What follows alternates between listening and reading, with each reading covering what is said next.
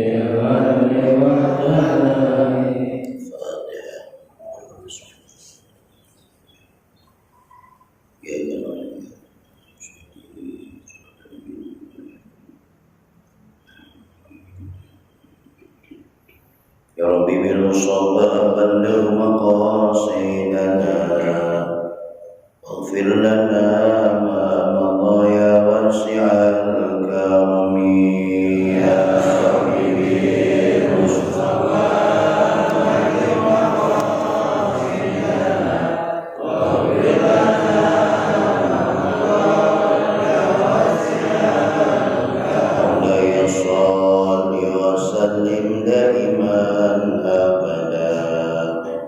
على حبيبك خير الخلق كلهم يا ربي المصطفى بلغ مقاصدنا واغفر لنا ما مضى يا واسع اللهم صل وسلم وبارك عليه وعلى آله.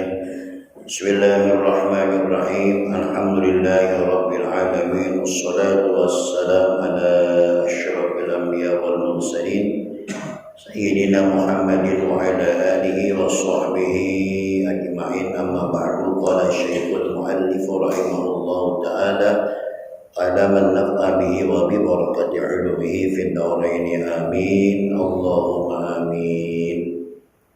Bismillahirrahmanirrahim. Wa bihi wa ilahi qala sallallahu alaihi wasallam istibghatul wudu'i marratan faman tawadda'a marrataini kana lahu kiflani minal ajri wa man tawadda'a salasan fa huwa wudu'ul anbiya min qabli wallahu a'lam bishawab. Alhamdulillah, bersyukur kita panjatkan kehadirat Allah Subhanahu wa taala dengan hidayah serta taufik hidayahnya. Kembali kita berkumpul dalam rangka menunaikan kewajiban kita mengkaji dan mencari ilmu Allah. Mudah-mudahan kehadiran kita mendapat ridha Allah Subhanahu wa taala. Ilmu yang akan kita kaji menjadikan bagian ilmu yang bermanfaat. Amin ya rabbal alamin. Bapak saudara sekalian, lanjut pengajian kita sedikit di minggu yang lalu. Kita sempurnakan, asalnya sholat memang tidak boleh diqodho, gitu kan, minggu yang lalu. Nah kemudian kita dulu pernah ninggalin sholat, mungkin itu ada unsur ketidaksengajaan atau sengaja, atau juga barangkali kita lupa, kan nggak tahu itu macam-macamnya. Nah, apa yang kita ingat di saat kita tinggalkan itu usahakan diqodho. Asalnya memang sholat nggak boleh diqodho. Asalnya dalam keadaan kita ini normal. Contoh, sekarang ini kita mau sholat, ya, tapi sakit. Itu gak ada keringanan. Beda dengan puasa. Kalau puasa itu kalau sakit boleh digantikan di hari-hari yang lain. Tuh. Sehingga sholat buat wanita saja yang dalam kondisi haid tidak diwajibkan mengqadha. Berbeda dengan puasa. Kalau puasa itu buat wanita yang haid wajib diqadha. Begitu juga kita kalau dalam keadaan sakit ya boleh meninggalkan puasa digantikan pada hari yang lain. Atau kita berpergian ya boleh kita tinggalkan puasa kita ganti dengan hari yang lain. Kalau yang namanya sholat kita nggak mampu berdiri, kerjakan dulu. Nggak mampu duduk, tidurlah. Itu kan berarti tidak ada sama sekali ruang kemudahan untuk meninggalkan sholat. Bahkan dalam perjalanan pun yang kita singgung minggu yang lalu, sementara kita tidak punya wudu dalam kendaraan, maka di situ boleh ya tindakan kita mengambil dan mengerjakan sholat hormat waktu. Supaya nanti di saat kita sampai di tempat tujuan tidak ada niat adaan, tidak ada niat qadhaan. Sebab memang waktunya sudah habis di perjalanan. Nah, nyampe di tempat niatnya i'adatan. Saya niat mengulangi sholat yang tadi saya sudah lakukan. Amin. Itu maksudnya yang tidak ada dispensasi untuk mengqadha salat. Nah, perempuan gak wajib kalau haid, gak wajib mengqadha. Tapi nilai ibadah yang selalu dilakukan buat wanita yang haid itu tidak dikurangi Allah. Sebab memang haid itu bukan apa?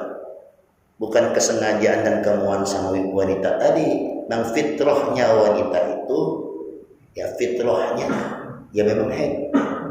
Selagi dia masih ada aktif atau produktif, berbeda memang sudah monofos ya, udah nggak lagi dia membuangkan darah. Lihat itu maksudnya. Sekarang melanjutkan pengajian kita malam ini, sibghatul wudu'i marratan. Apa tuh sibghah? Ya di sini terangkan dikasih shad wa sukunil muwahhidati tsumma al-ghain sibghah ay aslul wudu'i marratan. Asalnya wudu itu diwajibkan cuma sekali ya di seluruh anggota badan, bukan 3 kali. Asalnya wudu itu sekali-sekali setiap anggota badan, dengan catatan kalau memang kita bisa menyempurnakan sekali basuhan ya cukup 1 kali, atau barangkali persediaan air terbatas sementara orang yang wudu banyak. Nah itu kita usahakan supaya kita berbagi waktu dengan orang lain. Nggak usah yang lain, nggak usah ke kumur, udah niat basuh muka, kedua tangan sampai mata sikut, sebagian kepala, dan juga kaki sampai mata kaki. Nggak usah kuping, nggak usah. Itu asalnya. Kan kalau makan cuci tangan, kemudian ke kumur, kemudian masukin air ke hidung, ya membasuh 2 telinga, itu hukumnya sunnah. Ini kan asalnya. Maka dalam Al-Quran, idza kuntum ila sholati faghsilu wujuhakum wa aydiyakum ilal marafiqi wamsahu bi ru'usikum wa arjulakum ilal ka'bain. Asal dalam Quran, apabila kalian mau melaksanakan sholat, hendaklah basuh muka kalian, kemudian kedua tangan kalian sampai mata sikut, membasuh sebagian kepala, dan membasuh dua kaki sampai mata kaki. Itu diantaranya yang wajib ada 6. Rukun wudhu itu ada 6. 1 niat, kedua membasuh muka, ketiga membasuh kedua tangan, keempat mengusap sebagian ke kepala, kelima membasuh kaki sampai mata kakinya, keenam tertib. Apa yang dikatakan tertib? Teratur. Boleh kayak diacak-acak? Nggak boleh, nggak tertib namanya. Kaki dulu baru muka, terus tangan. Boleh nggak? Nggak boleh. Beda sama orang yang belum tahu baru masuk Islam. Ya, dia lupa apa aja dihituin. Lain halnya. Atau barangkali ke tempat orang tadi itu belum sampai dakwah Islam. Ilmu Islam itu belum masuk ke tempat orang yang masuk Islam. Di perkampungan yang tidak ada informasi ilmu teknologi, atau barangkali tidak ada guru yang mengajarkannya, boleh. Itu namanya salah satu dimakunya oleh Allah. Islam itu fleksibel, tidak mengket langsung tidak sah. Lihat dulu, ini orang bisa apa enggak. Nah sekarang ada orang pengen sholat, nggak bisa yang lain kecuali Fatihah doang, segitu-gitunya tuh modalnya Fatihah doang. Boleh sholat, boleh. Fatihah yang satu jadikan rukun, Fatihah yang kedua sebagai suruh. Agak bisa Fatihah, tapi dia pengen sholat, yang baru masuk Islam, boleh nggak? Boleh. Ya, berdirinya seukuran baca Fatihah. Ini baca katakanlah Fatihah Masyurah 3 menit umpama atau 2 menit, berdiri selama itu. Boleh. Boleh nggak? Nah sekarang gimana kalau orang jago ngomong apa? Itu aja repot lah. Iya kan? Orang jago gimana? Apa yang dibaca? Gampang gitu aja. Tapi Allah terima nggak ibadah dia? Terima. Ya tidak ada dipersulit urusan Allah. Ya yang mempersulit kita, bukan sulit, nggak bisa. Jadi rumah repot. Kalau bisa mah gampang aja udah semua.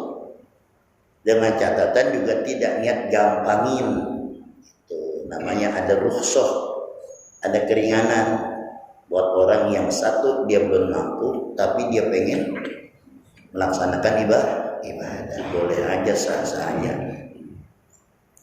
Di sini terangkan sibghatul wudu marratan wahidatan fi kulli adwin. Setiap anggota badan itu wajib dibasuh 1 kali. Faman tawadda'a marrataini kana lahu kiflani ay dha'fani minal ajri. Sekarang ada orang wudu 2 kali dibasuh setiap anggota badan, maka dia dapat 2 ganjaran, 2 pahala. Yang satu gugurin yang rukun, yang satu lagi nyempurnakan. Cuma 2 kali itu. Pas tahu-tahu emang sandok mati, habis airnya 2 kali.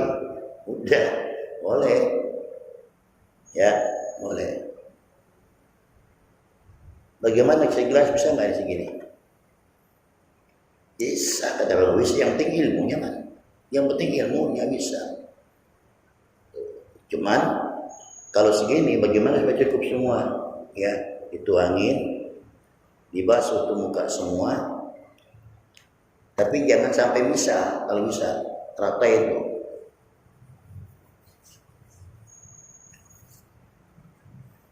Tuh. Sekali cuma air segini. Boleh ya? Boleh, nggak boleh sih. Yang penting caranya bisa. Kan yang susah kan caranya. Itu namanya ilmu. Ya. Sekarang mau makan teh bakso nih, tangan kanan, saya tuangin lagi. Ya, usap. Jangan dilepas. Jangan bapak lepas kita jadi mustakmal. Aja. Ituin, apa diratain, udah. Satu lagi, dikit lagi, itu lagi. Ya, Jangan dipisahin, jangan dipisahin tangannya. Kalau kita pisahin, berarti naik mustakmal di sini. Untuk nyempurnain jangan mustakmal, nggak sah. Amin. Jadi apa namanya? Istilahnya semua terjawab, nggak ada yang tidak terjawab. Yang bikin susah kita nggak tahu. Kalau tahu gampang nggak? Gampang aja. Makanya perlunya ngaji di situ. Itu perlunya ngaji di situ. Sejelek-jeleknya orang ngaji, kalau salah masih dimaafin sama Allah. Sebenar-benarnya orang yang nggak punya ilmu salah juga di hadapan Allah. Kenapa? Sebab kalau yang nggak punya ilmu sembarangan ngerjainnya, ngeringan gampang. Itu gampangnya itu bukan dikarenakan pintar, dikarenakan gak ada ilmu, gampangin namanya. Itu yang nggak boleh, ya. Ya boleh sekali aja atau 2 kali. Nah, di sini 2 kali dapat 2 pahala. Pahala yang satu gugur yang wajib, yang kedua ya menyembur tapi belum sunah. Pahala tapi dapat. Nah, kalau sudah 3 kali beda lagi. Nah, di sini wa man tawadda'a salasan fa huwa ayat al-wudu'ul muqarraru salasan wudu'ul anbiya min qabli. Kalau memang dia membasuh setiap anggota yang wajib dibasuh 3 kali, itulah yang dikatakan bagian daripada sunnah Nabi sebelum aku. Kata Nabi, loh kalau gitu wudu pun bukan umat Nabi Muhammad saja, bukan di zaman Nabi Muhammad saja. Ini ucapan Nabi, ya. Jadi para nabi, anbiya terdahulu pun wudunya setiap membasuh anggota badan 3 kali. Cuman caranya kita nggak tahu, ya. Kenapa kita nggak tahu? Emang kita nggak pelajarin. Bab syariat orang-orang dahulu, nabi-nabi terdahulu telah disempurnakan dengan syariatnya Nabi Muhammad. Tapi kita wajib percaya aja. Contoh begini, ada 4 kitab-kitab Allah. Pertama Zabur, kedua Taurat, ketiga Injil. Taurat, Zabur dan Injil ini ya disempurnakan dengan Al-Quran. Sehingga kita wajib percaya dengan kitab Allah, tapi nggak wajib mengamalkan dengan kitab-kitab yang terdahulu.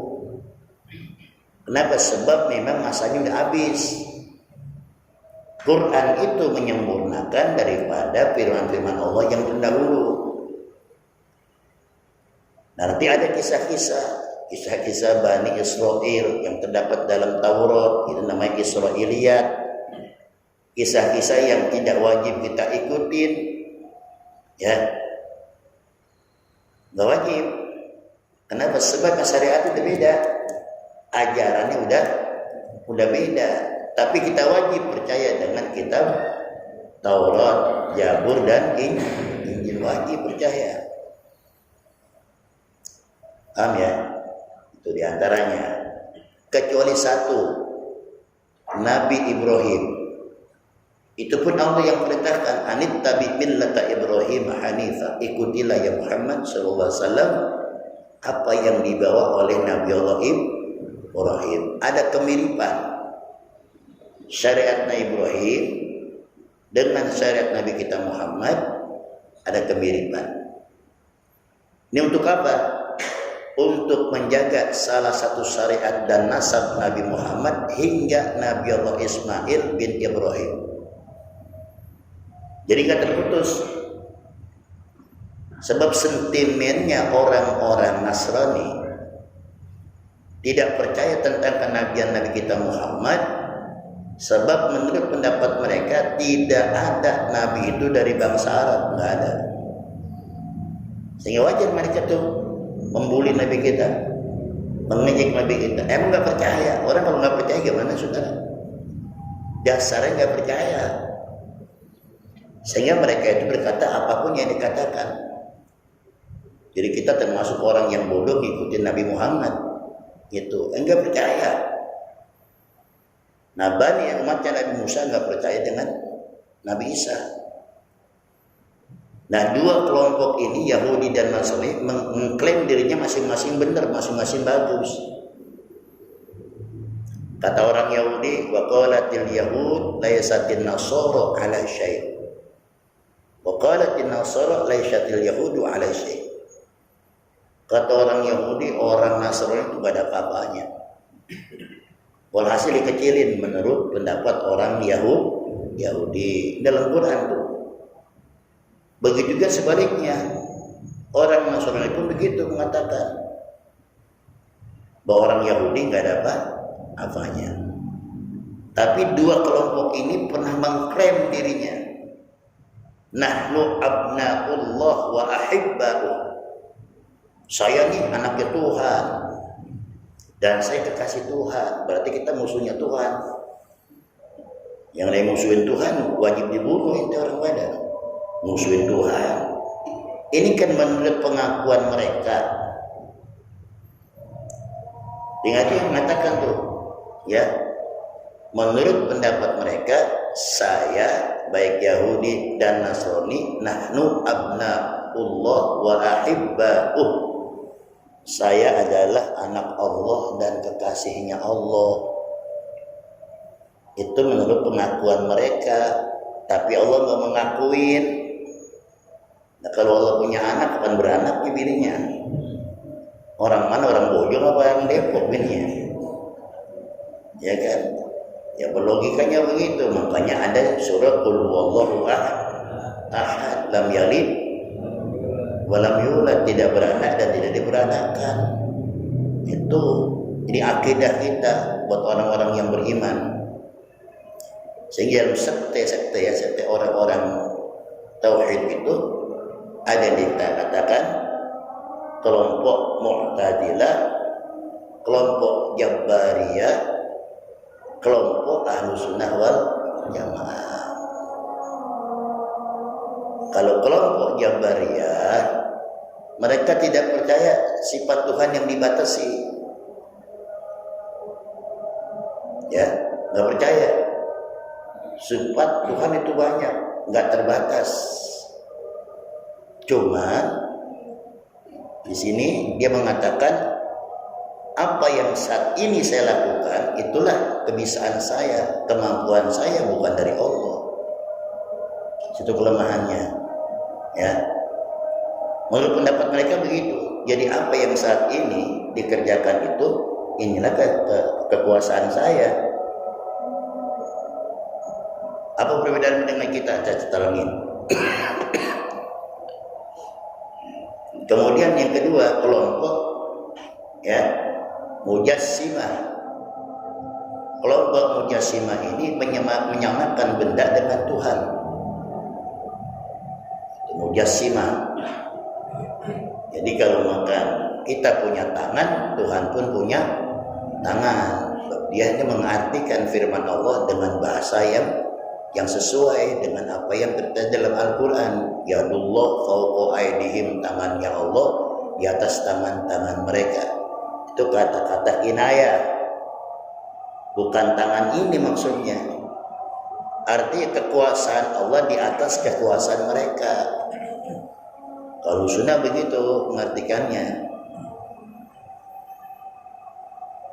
Ya, sehingga ada yang Mujassimah itu, kalau apa istilahnya tuh saya lupa itu. Ya, jiwa bersatu dengan Tuhan apa namanya dulu? Ada apa itu? Itu Mujassimah. Nah, kalau kita Ahlussunnah wal Jamaah ya percaya seluruh sifat Allah tidak bisa dibatasi. Tapi untuk memudahkan beriman kepada Allah, ya menurut Imam Al-Asy'ari cukup ya 16. Abul Hasan Al-Maturidi itu 20 sifat. Jadi yang kita pelajari ini, kita percaya kepada Allah sifatnya 20, namanya 20 sifat yang mustahil 20 itu ajaran daripada Ahlussunnah wal. Nah, cukup yang 20 sifat ini mewakili daripada seluruh kekuasaan Allah. Dari mana kita percaya adanya Allah? Ada alam semesta, maka wajib adanya Allah. Tidak mungkin ada alam kalau tidak ada yang menciptakan. Dan fitrahnya manusia, siapapun, meskipun dia tidak beriman kepada Allah, tapi di saat ditanyakan siapa yang menciptakan langit dan bumi, pasti mereka mengatakan Tuhan. Tuhan siapa? Allah. Sebab tidak ada yang mampu yang menciptakan selain daripada Allah. Itu saudara ya. Jadi namanya esa af'alnya. Kalau dalam ilmu tauhid itu esa af'alnya ya, perbuatannya yang tidak bisa dicontoh ya oleh siapa? Oleh makhluk. Dan Allah menciptakan sesuatu itu tidak ada asbab dan tidak ada yang diawali dulu. Kalau kita pengen bikin masjid, apa alatnya? Persiapkan dulu alatnya. Alat bangunan apa? Gentong, kacul, ya kan?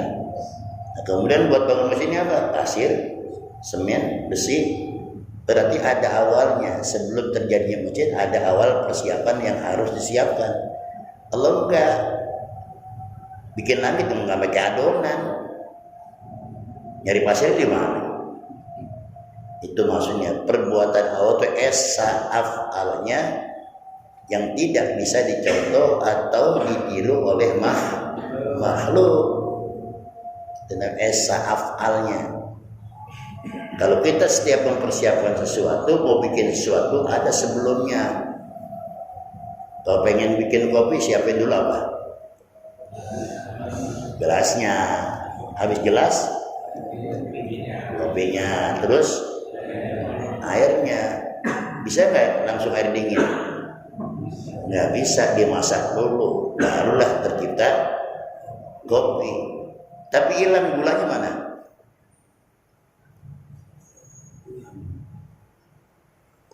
Ente kalau menjadi kopi kan komplit, kopi, gula dan air. Tapi di saat kita minum kopi dikasih gula kurang manis, namanya apa? Kopi pahit. Di saat kebanyakan gulanya, kopi. Kalau kebanyakan gulanya, kemanis. Kopi kemana itu gula? Ya, nggak mungkin gulanya manis banget, gula manis. Itu saudara sebetulnya pelajaran buat kita. Kita bisa menopang orang lain menjadi sempurna, tapi nggak harus dikenang jasa kita oleh orang lain. Kan gitu. Kalau kita kan gua kalau mau dikenal nggak mau ngapain gua nggak dikenal. Paham ya? Gula bantu rasa kopi untuk manis, tapi gulanya nggak pernah disebut. Dan dia nggak kelihatan kalau ada larut, yang dilihat kopi. Padahal nggak mungkin bisa manis kalau nggak ada gula. Nah, kesini dan dia. Ya, namanya kita ini makhluk membuat sesuatu harus ada diawali dengan persiapan. Kalau Allah enggak, sifat litakwin, innama amruhu idza arada syai'an ayyaqula lahu kun fayakun. Contoh udah habis. Ya, dikit lagi sempurnain. Wa fil ihya wa tawaddu sallallahu alaihi wasallam marratan wa qala ada wudu'un la yaqullahu salata illa bih. Dalam kitab Ihya, Rasulullah pun pernah melaksanakan wudu itu sekali-sekali. Inilah wudu. Hakikatnya wudu kan tadi sifatu wudu, asalnya wudu sekali. Dan tidak akan sah sholat kita kalau tidak diawali dengan wudu, walaupun basuhnya cuma sekali. Yang penting sempurna, yang wajib dibasuh tadi. Paham ya? Nah ini ilmu. Walaupun saudara nggak pernah praktekin, ini ilmu. Mungkin suatu saat kita berada di tempat orang yang airnya terbatas, orang yang wudu banyak, cukup sekali. Kita sampai lama nungguin begitu, ya kan? Udah berdiri aja, Begitu bismillah, bismillah, bismillah. Setengah jam di luar sendirian, kan diatur gitu. Ya, subhanallah, ini namanya kemudahan ajaran nggak ada yang sulit, kalau kita tahu. Yang bikin sulit dikarenakan kita kagak paham. Udah. Wa tawadu marratain qala ban tawadu marratain atahu ajruhu marratain. Siapa orang yang membasuh wudu musa dua kali, Allah akan memberikan balasan dua kali. Wa tawaddu salasan dan orang yang wudu tiga kali wa qala ada wudu'i wa wudu'ul anbiya min qabli. Inilah cara wudu'ku kalau orang yang basuh tiga kali dan wudunya para nabi-nabi sebelum aku. Wa wudu'u Khalilur Rahman Ibrahim alaihissalam, dan ini wudunya Nabi Allah Ibrahim alaihi salatu wassalam. Ini yang dikatakan anit tabi millata Ibrahim hanifan, ikutin apa yang dicontohkan oleh Nabi Ibrahim. Di antaranya wudu. Ini kata Nabi, wudunya ya Nabi Allah Ibrahim ya sama dengan kita, atau wudunya Nabi sama dengan wudunya Nabi Ibrahim. Itu maksudnya, Mas. Kecuali Nabi Ibrahim aja. Kalau nabi-nabi yang lain ya tidak dicontohkan untuk apa? Untuk kita ikutin. Cuman apa yang dilakukan menurut kisah-kisah itu kita percaya. Paham ya? Jadi apa yang dicontohkan ibadah selain Nabi Ibrahim kita tidak wajib ngikutin. Tapi apa yang dicontohkan oleh Nabi yang beliau pun dapat contoh dari Nabi Ibrahim kita wajib ikutin. Wudu tadi itu. Jadi wudu tiga kali itulah wuduku, dan wuduknya para nabi-nabi sebelum aku, dan wuduknya Nabi Allah Ibrahim alaihi salatu wassalam.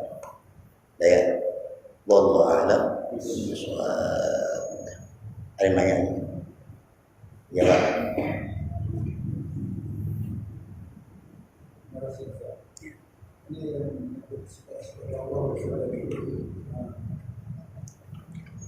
Dan kenal surat Allah dan surat Muhammad dan Sistawa.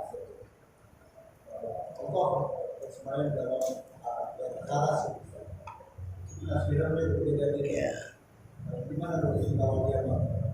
Ya. Katanya Allah Allah bisa kita Allah ada di mana-mana. Sebenarnya antara ya. Ya. Menurut pendapat Ahlus Sunnah wal Jamaah, bersimpuhnya Allah di arsy itu bukan wujud zatnya, wujud kekuasaannya. Nah, sementara Allah itu kekuasaan berada di mana-mana. Artinya seluruh alam semesta ini di bawah kekuasaan Allah. Bukan berarti wujudnya Allah. Kan Allah laisa kamitslihi syai'un. Satu, Allah itu tidak mengambil tempat. Ya, kalau bahas tauhid ada jirmun. Jirmun itu benda. Setiap benda pasti mengambil membutuhkan tempat. Kita benda. Sebesar apa benda yang ada, maka sebesar itulah mengambil tempat. Sementara Allah itu tidak berbentuk, tidak menyamakan dengan satu benda, ya. Sehingga kehati-hatian ulama-ulama tauhid itu bersimpuhnya Allah itu ya bukan berarti duduk. Makanya Al-Halaj di Mesir itu ditafsirkan bersimpuhnya Allah di arsy sama juga duduknya aku di singgasana ini. Namanya kelompok Mujassimah. Nah, diikuti oleh siapa di Indonesia? Siti Jenar. Jadi kelompok Al-Halaj itu di Mesir. Sehingga dikarenakan takut menyimpang ajaran yang diikuti oleh orang banyak, akhirnya Al-Halaj pun dibunuh. Nah, dibunuhnya itu untuk menyelamatkan akidah orang banyak. Sama juga Siti Jenar kan gitu. Dan diriwayatkan tidak diakui kewalian Wali Songo dan dibunuh. Untuk apa? Menyelamatkan akidah yang lain.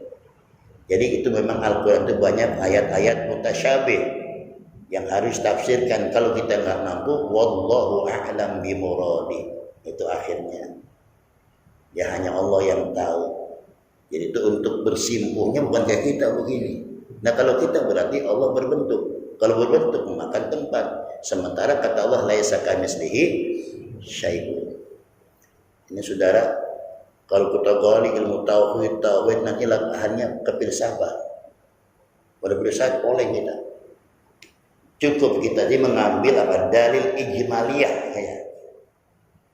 Dalil global aja, jangan tafsirnya. Contoh kita wajib percaya adanya Allah, kan gitu.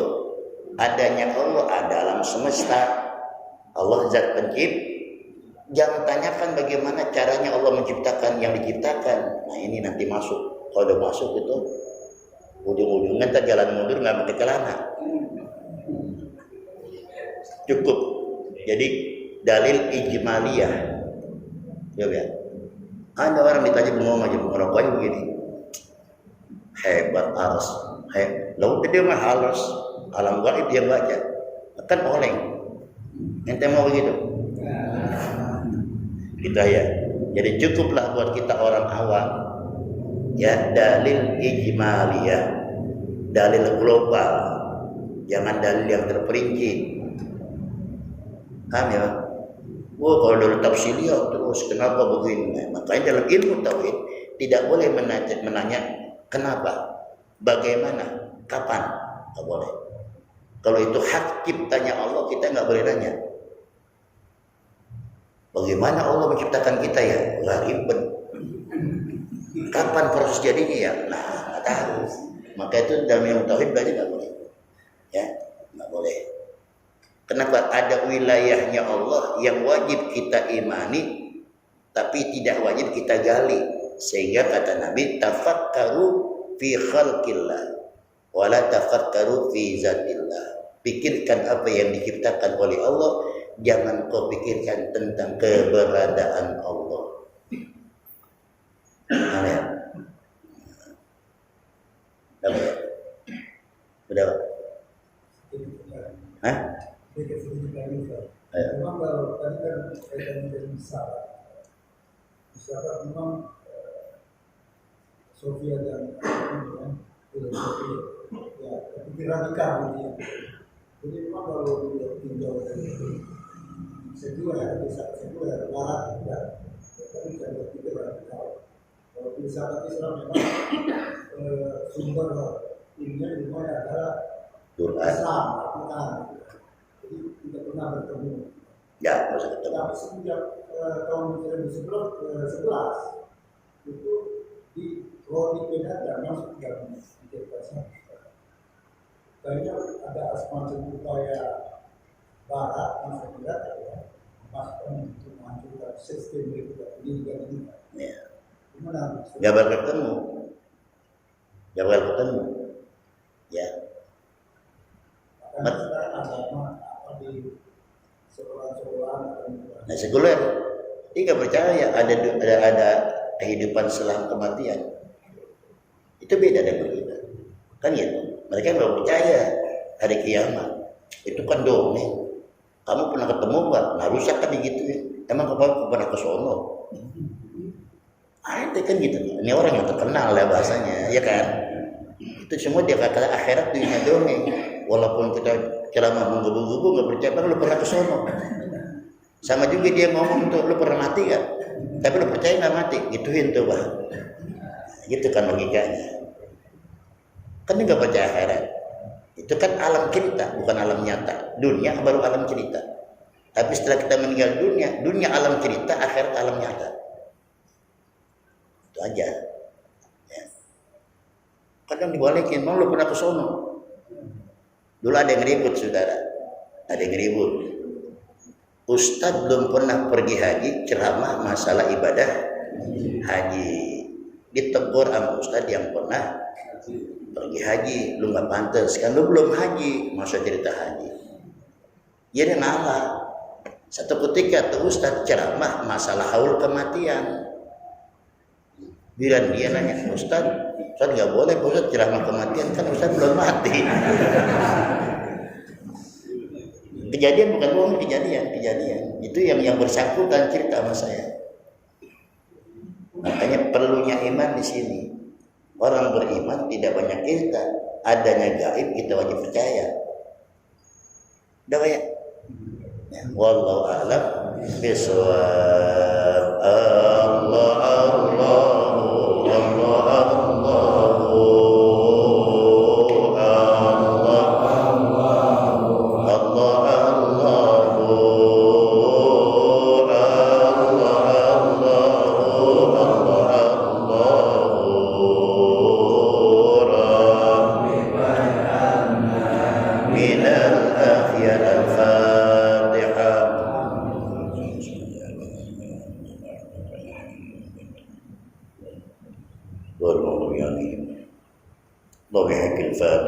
الفاتحة كتابنا بالخير واجعلنا من أهل الخير واختم لنا بالخير فإنك ولي كل خير ودافع الغير دوم يا سبحانك اللهم تحية يا سلام وآخر دعوة الحمد لله رب العالمين.